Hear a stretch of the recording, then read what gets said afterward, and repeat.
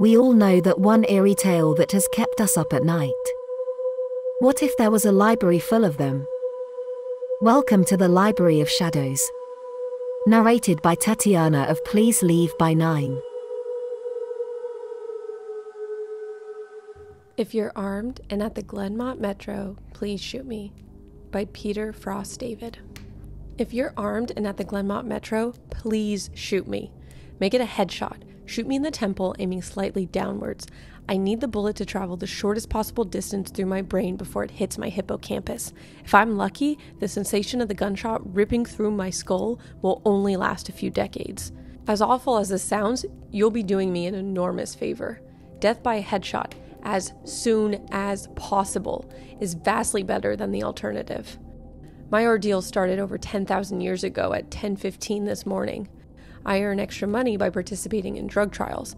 I'm a so-called healthy subject who takes experimental drugs to help assess side effects. Once it was a kidney drug, a few times it's been something for blood pressure or cholesterol. This morning, they told me the drug I took was a psychoactive substance intended to accelerate brain function. None of the drugs I had tested so far have ever done anything to me in the recreational sense. In other words, none of the drugs I've tested had given me a killer buzz or mellowed me out or anything. Maybe I've always ended up with the placebo group, but nothing I've tested had affected me at all. Today's drug was different. This shit worked. They gave me a pill at 10:15 and told me to hang out in the waiting room until they called me back for some tests. Only about 30 minutes, the research assistant told me.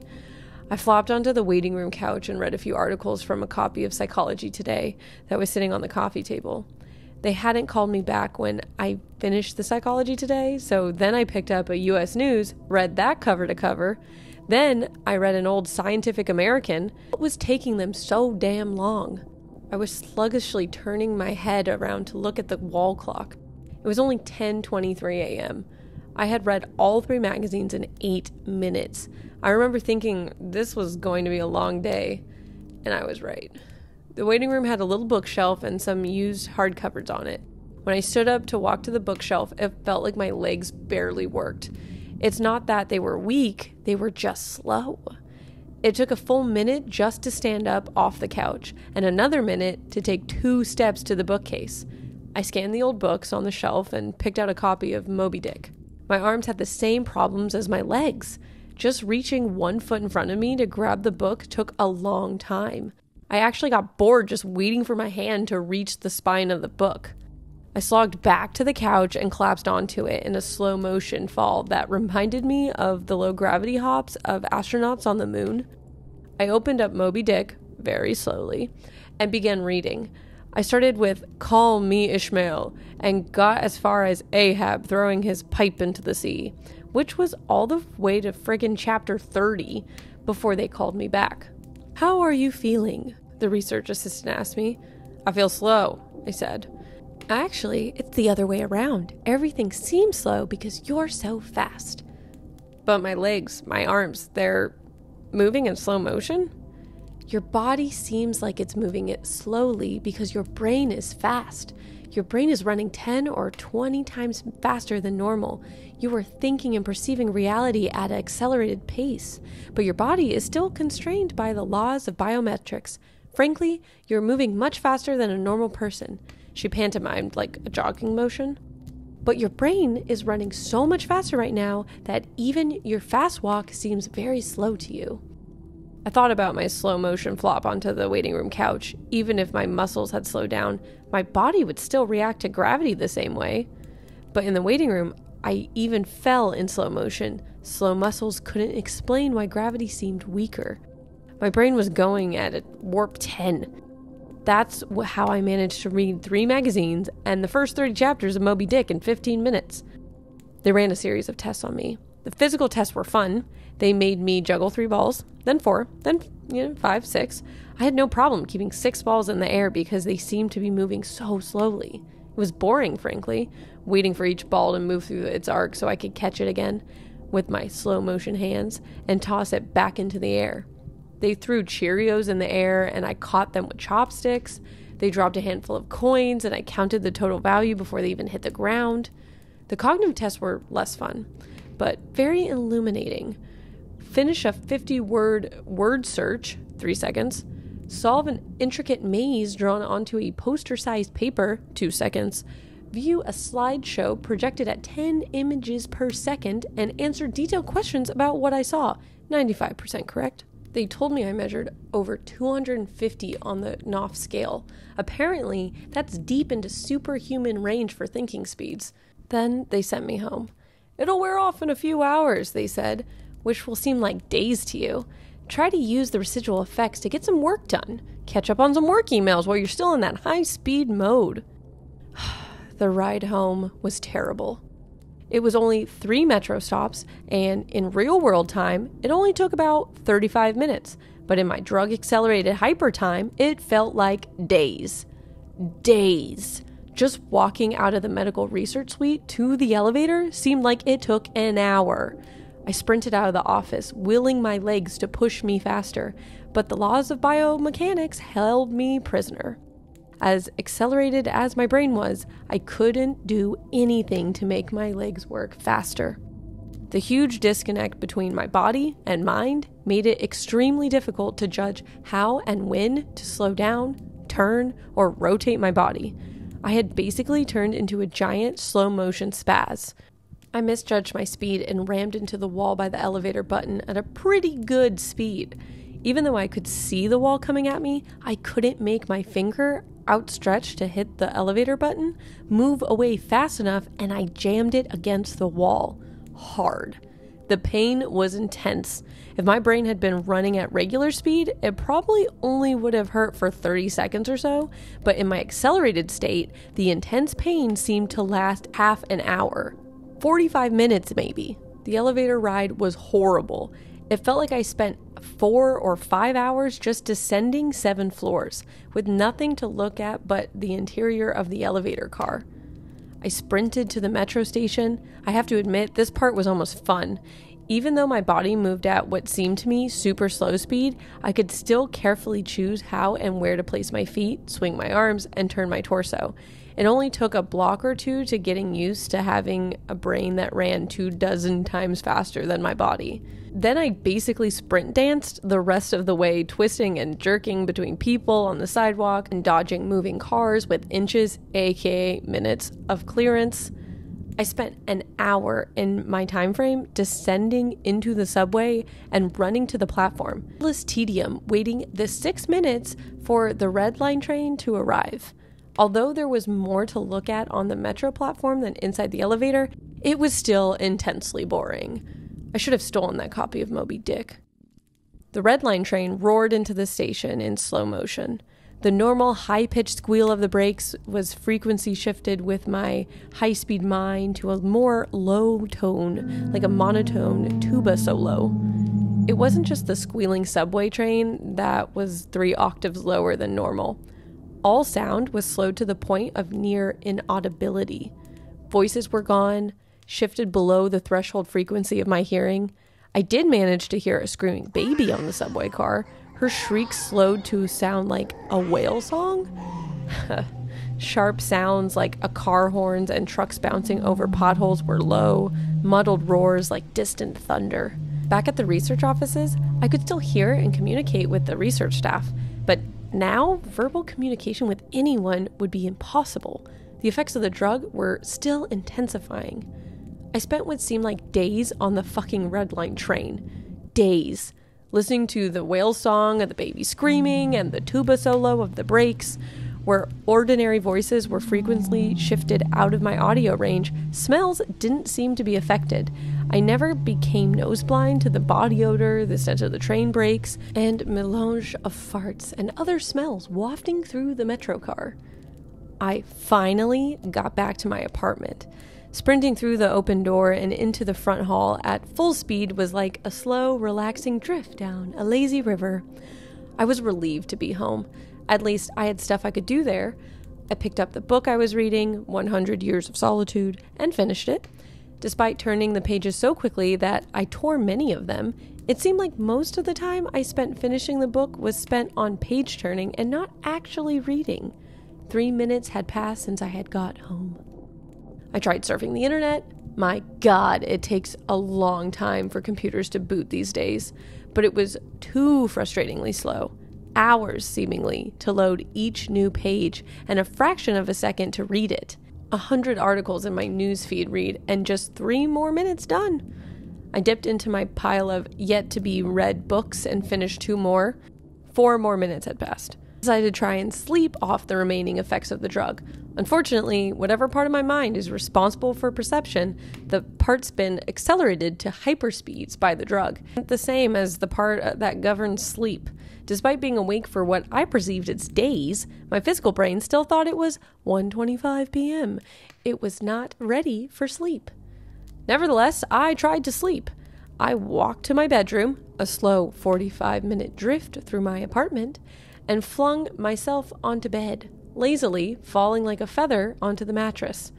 I closed my eyes and lay there for hours and hours, 10 minutes of reality time, before giving up. Sleep would not come. I was facing what was going to feel like days, or maybe even weeks of being trapped in a slow-motion prison. So I took an Ambien. The sensation of the pill and the splash of the water I used to swallow it sliding my throat was sickening. A lump that blocked my breathing, moving like a slug down my esophagus. I read a book. 10 minutes had passed. I read another. 18 minutes since I took the Ambien. I threw the book across the room in disgust at my situation. The book slowly pirouetted and spun through the air like a leaf blowing in the breeze. It hit the wall with a long, faint rumble, the only sound I had heard for what seemed like hours, then drifted to the floor like a flip-flop sinking in a swimming pool. The force of gravity hadn't changed since I took the pill. The laws of physics were still the same. It was just my perception of time that had gone wackadoo. This meant I could use the speed things seemed to fall as a way of judging the effects of the drug. Based on how long it took for the book to drift to the floor, I estimated the effects of the drug were still intensifying. I read a magazine, I turned off the television, I clearly saw each frame of video like I was watching a slideshow. Frustrated, I turned off the television. I read some more. The first 2 books of Churchill's A History of the English-Speaking Peoples. Not exactly a light read.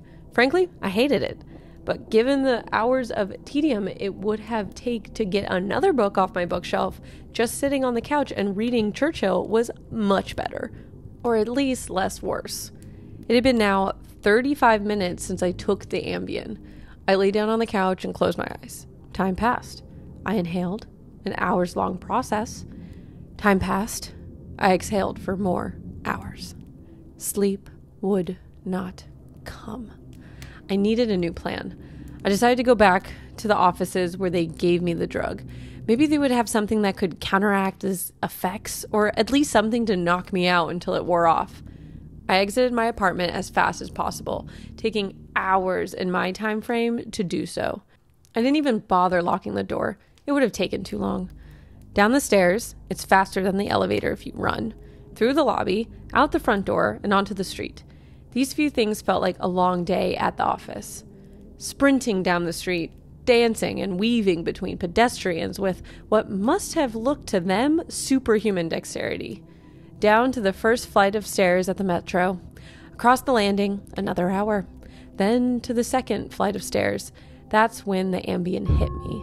The Ambien didn't make me sleepy, not at all. Instead, it must have had a severe cross-reaction with the experimental drug that I took this morning. I was bounding down the second flight of stairs, moving in slow motion, but still making perceptible progress. Then, wham! Everything stopped. The dull roar of the street and metro noise ceased, replaced by the most perfect silence I've ever experienced. My downwards motion seemed to have completely froze. Before the Ambien kicked in, my perception of time was maybe a few hundred times slower than real life. After the Ambien took effect, time moved thousands of times slower. Every second seemed like days to me. Even just moving my eyes to focus on a new point was like an impossibly slow scroll through my visual field. Over the course of the afternoon, I learned how to walk, run, and jump when my mind ran hundreds of times faster than my body. But with another 4 or 5 orders of magnitude of slowdown caused by the Ambien, Body control was almost impossible. I fell on the stairs. Even though I was all but frozen in mid-step, controlling my muscles was impossible. I command my foot forwards for hours, then backwards for hours, more than it seemed like I would miss the next step. Hours attempting to adjust the angle of my ankle, then readjusting when it felt wrong. Despite these efforts, I rolled my ankle on the next step. The pain wasn't at all mitigated by the slowness. Hours of increasing strain on my bent ankle. The nerve signals that send pain in my brain must work differently than the nerves in my ear. Sonic energy was spread out over time, diluted until it was imperceptible. Pain followed into my brain, undiluted by the change in my perception of time. Hours and hours of increasing weight on my turned ankle turned into hours of increasing pain upon increasing pain. I pitched forwards, my high-speed mind completely unable to control my low-speed body. I drifted downwards for days, managing to rotate my torso enough to keep my head from impacting the ground first. I eventually landed on my right shoulder. At first, the impact wasn't even noticeable. Then, I felt a slight pressure in my shoulder as it came in contact with the ground. The pressure grew, bringing increasing pain for hour upon hour. My shoulder finally gave out, popping out of its socket with an endless, sickening tug. I came to a stop days later, crumpled onto the ground, staring at the ceiling, the pain in my shoulder still screaming with the intensity of a fresh, violent injury. I had plenty of time to think during that fall. If every second seemed like days to me, then each minute of real-world time would be like years. Even if the drug cleared out of my system in the next 2 or 3 hours, this nightmare would seem to last centuries. By the time I hit the ground, I had a plan. I would somehow get to the platform and throw myself in front of a train. I twisted onto my hands and knees, days of my dislocated shoulder crying for relief. I misjudged my rotation and rolled onto my back. I tried again, collapsing onto my face, and I tried to figure out how to control my body that moved slower than grass grew. Weeks of effort were finally rewarded with success. I stabilized on my hands and knees. If just getting on all fours was this difficult, I figured that walking or running was completely out of the question. So I crawled. I crawled through the metro tunnel. The dumb looks on the faces in the crowd lingered on me for weeks. I crawled under the turnstile and onto the escalator. The escalator spilled the rush hour crowd onto the platform at the same speed a glacier spills ice onto the sea. I looked out over the crowded platform during my interminable downward ride. The train status sign said the next train wouldn't arrive for 20 minutes. 20 minutes was like a year to me. I'd have to spend a year on the metro platform waiting to die. I crawled off the escalator, enduring days of stupid expressions on the commuters' faces. I crawled a few feet to a concrete bench and curled up to it, trying to find a position to lessen the pain in my shoulder. Then my problem with time got so much worse. Impossibly worse.